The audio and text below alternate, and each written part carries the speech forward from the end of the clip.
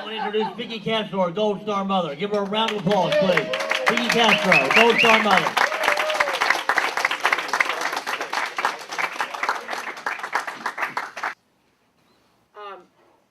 So here we are, the 10-year anniversary of the John Castro chapter of Veterans for Peace. My husband and I marked the 10th anniversary of our son's death, December the 21st of this last year. 10 years ago, on December the 21st, I became a Gold Star mother. I didn't really know what that was at the time. All I know is I answered my front door at just past 8 in the evening to see that uniformed officer standing there. And they regret to inform me that my only child was gone. Johnathan was killed in a suicide bomb attack on the forward operating base of Merez. A suicide bomber dressed as an Iraqi National Guardsman blew himself up in the mess tent, killed 22 people. 14 of them were soldiers, 6 from Fort Lewis, and 1 was my child. Through the years, people have said to me, when they hear about it, they go, "Oh my, I can only imagine." And I said, no, you can't. There's really no adjectives that can be used to explain the grief around burying a child. But one of the other things that a lot of people say is life goes on. And that's right. Life does go on. It's forever changed, but it goes on. And as you grieve, once you get through the shock and the initial stages of grief, at some point you do get to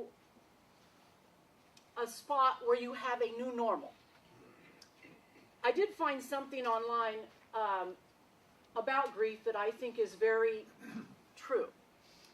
And it says this: there is another side of grief where the tears still flow, just not as often. Where memories bring smiles and not just sadness. Where blessings are recognized, not just struggles. Where joy and peace are present, not just sorrow. Where you are remembered and not just mourned. So, for those of you that don't know much about John Castro, who this chapter is named for, let me tell you just a few stories about him. Because whenever you give me a chance to speak of my boy, it lifts my heart. I brought some pictures here. I'm just going to step around in front so when I'm talking about them, this picture right here, so you can all see it. This is a picture of my son, and he is riding a white Pastofino stallion. He was quite the horseman. He loved riding. He would come straight home from school every day so that he could help his father muck stalls, never complained about it, because he knew once all the chores were done, they would saddle up and they would ride. We live in Corona, right there by Tom's Farms. And at the time when they'd go and ride out, they would ride through orange groves, which are no longer there. They've been replaced by well, it's a retirement community with a golf course. But they would ride through these orange groves, and as they were going through, they'd pick a few oranges, put them in the saddlebags, and we're right there at the base of Saddleback Mountain. And so they'd get up there into Cleveland National Forest, and there was a little plateau that they would reach. And they would sit there and look out over the valley we live in, and they would just solve all the world's problems. They called it their quality time. So Johnathan was quite the horse rider. He truly enjoyed it. He was very good at it. And I always wonder if he was good at it because he loved it, or he loved it because he was good at it. But there's other things in his life that he found a passion for, that he was good at, that he loved, again. And that was building things. Designing and building things that were unique, right? Things that were special to him. This right here, some of you may have seen this picture before, because I have shared some things about my son before, if you've been to some of the other meetings. This is a picture of my son driving an electric car that he built.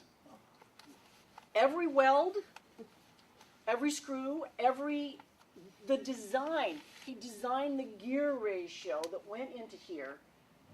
In this, the only thing he got help on was the batteries that are sitting right here in front of his feet. The wiring of the batteries. He hadn't mastered that yet. But he designed and built this car. It's an electric car. He did it as a senior in high school. And they took this car to a national competition up there in Washington. And he didn't win the day because at some point the car did break down. But that car could go 45 plus miles an hour. And over the 3-day competition, at the end of the first day, he was in first place. But his axle did break the second day. Don't count my son out, though, because he found a way to repair it. And then he competed the third day. Of course, he couldn't win. But he did help his teammate to win. Now, this one, I love to show this one. I go around and speak at the high schools on a regular basis. And most of the high schoolers, when they see this one, it's like, oh, my. Again, this is a Johnathan Castro design. He calls this his chopper scooter. And he had actually built 7 of these. This is the one he built personally for himself because he's 6'2", and it had to fit him. The other name that he had for his chopper scooter here was, this was his chick magnet. He said, because Mom, 2 girls can stand right here. He says, no. He goes, I can't drive it. I can't actually ride it when they're there, but it's all about the picture. He'd come down to see us right before he deployed, and one of the things he says, he goes, oh, Mom, he says, I'm going to take my scooter, and I'm going to go down the beach because I want to smash on my scooter one last time before I leave. I go, okay, fine. So he loaded up into his truck, and it sticks out the back, you know. And so he was gone most of the day, and then when he was pulling in, and I look, and I see him pull into the driveway, and there's nothing sticking out the back of his truck. And I'm like, he comes in, I says, well, son, where's the scooter? And he goes, I'm like, you sold it? He says, yeah, Mom, don't worry about it. You know, I'll just make myself another one when I get back. You know, I'm deploying right now, and I was there because you know, on the beach, they ride down the boardwalk there. A lot of people ride bicycles. And Johnathan was smashing on his scooter. And he says, and some guy stops me, and he says, oh, man, I just got to have this. And Johnathan says, fine, $400. And the guy goes, no. He goes, I'll give you $350 for it. And Johnathan says, well, I want $400. The guy said, well, but no, I'll give you $350. And Johnathan says, you got a quarter? And the guy says, yeah, why? Heads, I'll take $350. Tails, you give me $400. He got his $400. I don't know if that is sound business sense, flipping a coin, but he was happy about it. And this is Johnathan's passions, a few of them, just a few of them. When he joined the military, it was pre-9/11 when he joined, and so he had really thought everything through. But he was actually at Fort Leonard Wood September the 11th. And they allowed them to call home. They usually don't when you're in boot camp, right? And they let him call home, and the very first thing he told me, he says, Mom, this changes everything. And it truly did. I was out here when Eyes Wide Open, I don't know if any of you had an opportunity to see Eyes Wide Open, but that's put on by the American Friends Service Committee, and they would put a pair of boots out representing each fallen soldier or fallen military person at a time. And when they were here in Palm Springs, I came out here and they invited me to share something about Johnathan, and I donated his boots to the exhibit, his actual boots. And I'd like to share with you something about Johnathan, the way he thought, and the things that were in his heart. These are his passions of what he did in his activities, but from his heart. He told me about a scenario that they had them do in one of their trainings, right? They're playing this scenario out. And in their group, they were role playing, and so they were each assigned a role, right? Somebody was a scientist, and somebody else was a heart surgeon, and somebody else was a trash collector, and somebody else was a single mother of two. But you had the whole spectrum there. So they each had their assignments, and then they said, but here's the thing. There's been a biological attack, and anybody that has breathed in the air is going to die.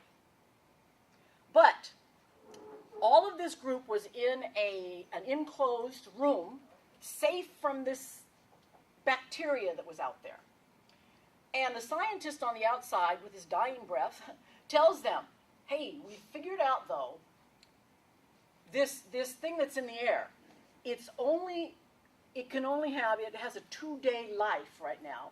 And so at the end of 2 days, it's going to be safe for you guys to come out. But here was the dilemma. There was only enough air in this room for half of them to survive the 2 days. So that what they were tasked with was how they were going to decide who got to live and who had to die. And so Johnathan, being Johnathan, he just sat back and he listened to everybody start arguing about whose life was more important, who deserved to live, and who should have to die. Now, Johnathan hadn't contributed to this argument, and at some point, his fellow soldiers realized this. And they said, hey, Castro, don't you have anything to say here? He says, well, I don't know why you guys are arguing. It's easy. And they were like, what do you mean? It's easy. We've been talking about this and arguing about it now for a while. He says, put everybody's name in a hat and draw out how. And they said, but what if your name gets pulled? I said, well, then I'm screwed, I guess. But when Johnathan said that, what a lot of them didn't understand, he wasn't taking a cavalier attitude about death. What he was trying to get them to understand is that everyone's life has value. Everyone has talents and treasures to offer, and no one person's life is more valuable than another's. And my son understood that at 19 years old. And this is what we lose as a country when we go to war. Every one of the deaths in these wars is a family's loss. And every family could probably share stories about their loved ones the way I can share stories about Johnathan. I could go on for a long time, but the day does have to come to an end. Currently, I have become more and more active in American Gold Star Mothers. It is a national organization, although I didn't know what a Gold Star Mother was when I became one. Now I am active with the national organization, and we are there to help and support each other, and also to try and help and support our veterans that are coming home, that need the help, and they're not getting it. We stay focused on that. Most recently, we had a major fundraiser in the Saddleback chapter. We raised funds for the Long Beach Fisher House that is going to be built this coming year. For those of you that don't know what Fisher House is like a Ronald McDonald House for military families. If they have a loved one that's going to have an extended stay at the VA, then the families, instead of having to stay in a hotel or whatever, can stay at Fisher's House. And they have Fisher House now that have gone up around the nation. The first one that American Gold Star Mothers were raising funds to help build was the one in Dover. It was significant and very important to us to have one there. And now here in Long Beach is a major VA, and they don't have one. But we just we did a major fundraiser, and we were successful in raising. Well, we thought we did a good job. Of course, the Fisher House people are really great, and they are going to get this thing built, right? And I'm looking forward to that.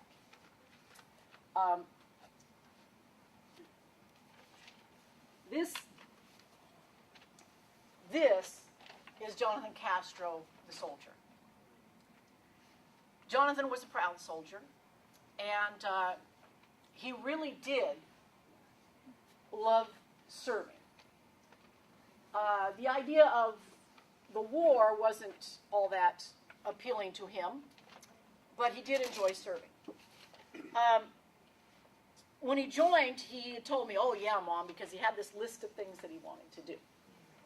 Of course, every boy is all excited about learning how to fire all the weapons, right? It's all about the weapons. And so he learned all the guns, and he was an expert on the 240 gunner and in the javelin and all of those. He also, as a boy, would like to blow things up. His MOS was 12 Bravo. He's a combat engineer. And one of the pictures I did not bring shows him with a block of C4 in his hand and a twinkle in his eye. The other thing that he told me, "I'm going to do this, Mom," he always wanted to jump. And he would always ask his commander to put him in jump school. And his commander always had reasons why he couldn't be in jump school, right? "Oh, no, we're going out for this training mission and that one and that." So Johnathan got deployed and never got an opportunity to jump. Next week, Saturday, I am going to Homestead, Florida. And I'm going to jump for my boy. I'm going to jump with the Golden Knights. I will carry a picture of Johnathan close to my heart. And so I'm thinking that he's going to be saying, "You go, Mom." Thank you all.